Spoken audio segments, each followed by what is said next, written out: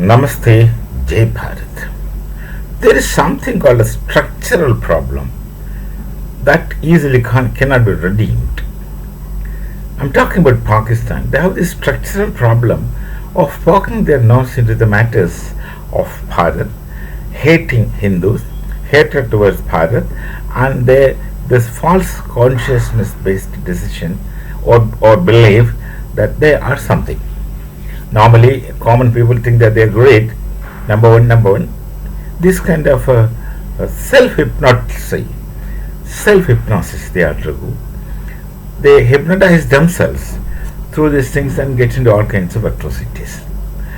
And that's why Pakistan is incorrigible. You cannot redeem them. They cannot be corrected.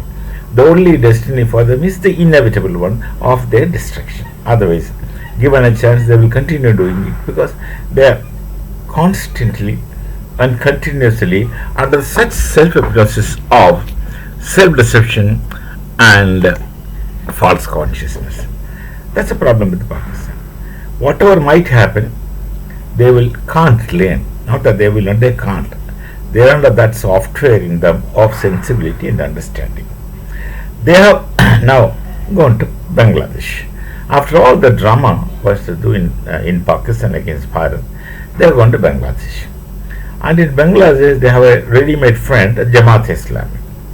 And joining hands with them, they are creating terrorist organizations there only against Bharat. Not simply principally against Bharat, but only against Bharat. And they don't contemplate of the after effects. They don't contemplate of the possible results which they can bring. They will do nothing, but this is one thing they know, and that is one thing they will do.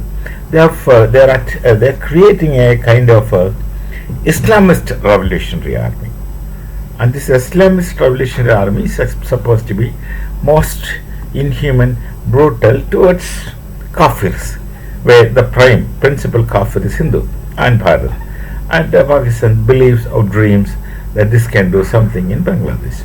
So, and this they do another stupidity of an airstrip which was used in Second World War near Bharat border. An airstrip, they think they can revive it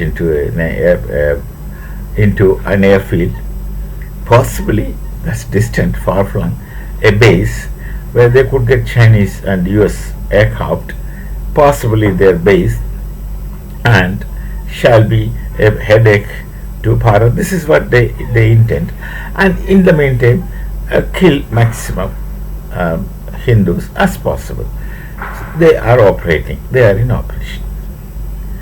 Now this is inviting trouble, and this Bangladeshi Jamaat Islami, they are absolutely dumb-headed. They don't see what happens next. These people are taught to die, so they don't know if they die. They don't care if they die. They are taught to die because their real life begins after death, as per the instructions which they take as serious. They think that's reality. So for them, the life starts only after death. So they are ready to die, and they will do any kind of activities in the name of God, jihad, all the terminologies with which they are very comfortable and used to. They will do anything. So they don't mind dying. But what happens is that should the terrorists operate, they say that though we have a chicken neck, the Siliguri corridor, which is not very wide. So just behind that, just nearby that only, they have this airstrip, which they dream of converting into a proper air base. But then, and they think that we can't really station our defense system in that short stretch of land. But we have devised something.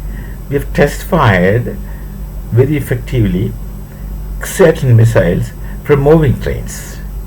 Now this initially I thought why they were doing it, but then see, our Bharat wouldn't do a thing without seeing something, without having some purpose. They will not just do for fun or for the sake of saying that Pakistan does. They would like to do many things for the sake of saying so. So this is the entire surrounding.